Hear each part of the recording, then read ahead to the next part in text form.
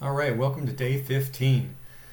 This one, go ahead and start the machine, and I'm going to walk through the first couple of questions with you while we wait for the machine to start up, because this one's going to take a little bit longer. This again is like, we're going to do some coding. It's all step by step. Everything's actually all written out in a Jupyter notebook for you. So when we get to the part where we're actually doing hands-on part, we just have to kind of follow the instructions. It goes very quickly, and this one's actually pretty easy, I would say. But everybody's going to learn at their own pace, so we'll walk through it together. Let's check out the first couple of questions here, because we can do those with just the text. See, question number 1, what is the first key step in a machine learning pipeline? So the first step, and you'll see as we scrolled through this, there's these steps that it lists out, right? Step 1, first step, data collection. So that's our answer for the very first question here on today. The second question is, what is the data pre-processing feature used to create new features or modify existing ones to improve model performance? So we're going to scroll back up, and that should be right here. Feature engineering, creating new features or modifying existing ones to improve model performance. Boom. All right, let's keep going here. Question number 3, you can get by doing it yourself, but you might get a slightly different answer as they pose here, right? So your answer may not be exactly what is expected. So in order to get the right answer here that they'll accept, you just grab it from the expected output box. So there's an expected output box for most of these. If we scroll up here, you'll see that the weighted average, which is what they're asking for on here, is 0.98. So we're going to pop that in there. Now for the rest of these, we actually have to go through the examples. What I recommend you do is just to go through every single one, and if you hit Shift Enter, it will run that section of code in Jupyter, and then you can just hit the down arrow key till you get to the next section of code, hit Shift Enter for that, and then go through here. You'll see as I finish them, it's actually marking them with a number, right? It's been done. We have a print command here, so it's actually printing out some information for us from our code.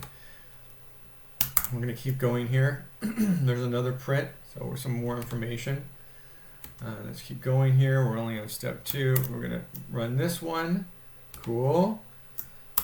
Keep going here. Print X.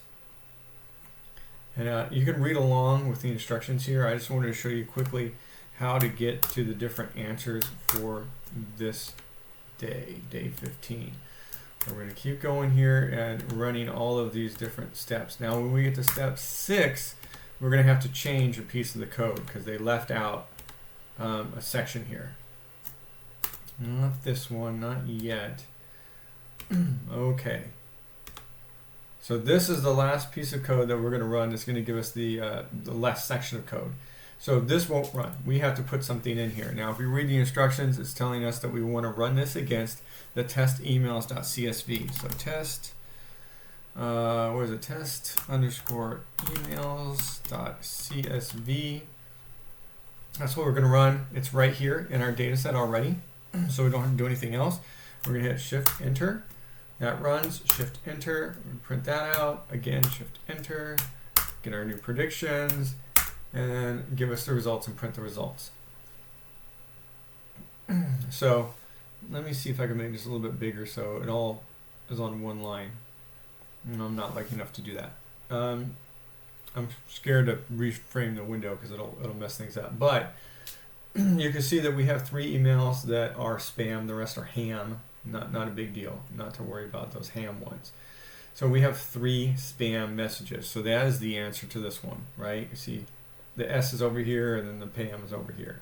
S, PAM, S, PAM, spam, spam, spam. And then one of the emails has detected a spam. There's a code, a secret code in one of the emails.